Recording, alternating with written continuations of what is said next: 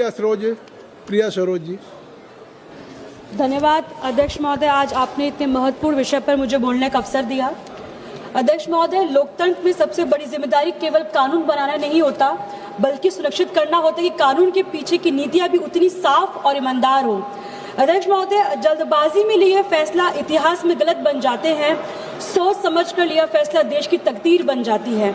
आज इस सदन में मैं उस आधी आबादी की आवाज बनकर खड़ी हूँ जिसे लोकतंत्र ने हमेशा ताकत को प्रतीक बनाया है, लेकिन जब अधिकार देने की बात आती है तब सरकार उन्हें शतरंज की गोटियों की तरह इस्तेमाल करती है। अध्यक्ष महोदय, हम सब महिला आरक्षण बिल के सपोर्ट में थे, हैं, रहेंगे, कोई इफ एंड बट की बात नहीं है, लेकिन सवाल ये है कि क्या यह बिल सच में महिलाओं को सशक्त करने के लिए है? क्या महिलाओं के नाम पर कुछ राजनीतिक उद्देश्य को पूरा करने के लिए है? अध्यक्ष महोदय, हक की बात कही मगर शर्तों में उलझा दिया, महिलाओं के नाम पर सारा एजेंडा ही बदल दिया। नीतियां अगर साफ होती हक कब का मिल जाता, आपने भविष्य कहकर उनका आज ही टाल दिया। अध्यक्ष महोदय, जो 3 बिल सदन में लाए गए हैं उन्हें जिस तरह से वुमेन रिजर्वेशन के रूप में प्रस्तुत किया जा रहा है, आज असल में वो इस बिल के जरिए देश के राजनीतिक नक्शे, रिप्रेजेंटेशन, पावर स्ट्रक्चर को बदलने की कोशिश की जा रही, वो भी महिलाओं के नाम पे।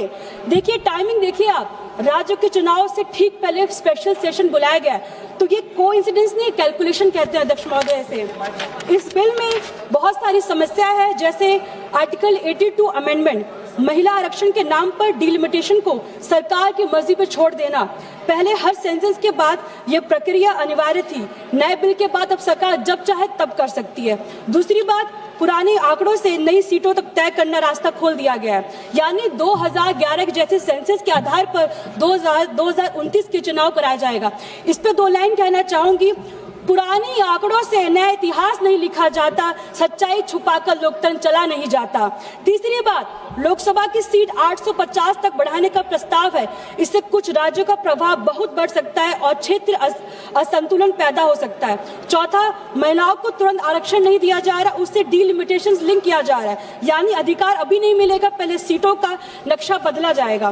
पांचवा, पूरी प्रक्रिया को निरंतर संसद यानी सरकार के हाथ में है, मतलब सरकार जब चाहे कोई भी सेंसस ले सकती है, कभी भी डिलिमिटेशन कर सकती है, मतलब सरकार अपनी मनमर्जी करेगी। अध्यक्ष महोदय, डॉक्टर भीमराव अंबेडकर ने जब संविधान बनाते समय यह स्पष्ट कह दिया था कि भारत का जो ढांचा वो फेडरल रहेगा, जहां केंद्र और राज्य दोनों की भूमिका संतुलित रहेगी, लेकिन आज जो प्रस्ताव आया है वह उसी संतुलन को कमजोर करने की कोशिश की जा रही है। डिलिमिटेशन के बाद कुछ राज्यों का प्रभाव डिस्प्रोपोर्शनेट तरीके से बढ़ सकता है, जहां इसी तरह उत्तर और दक्षिण का संतुलन और राजनीतिक तनाव भी बढ़ सकता है। नारी शक्ति किस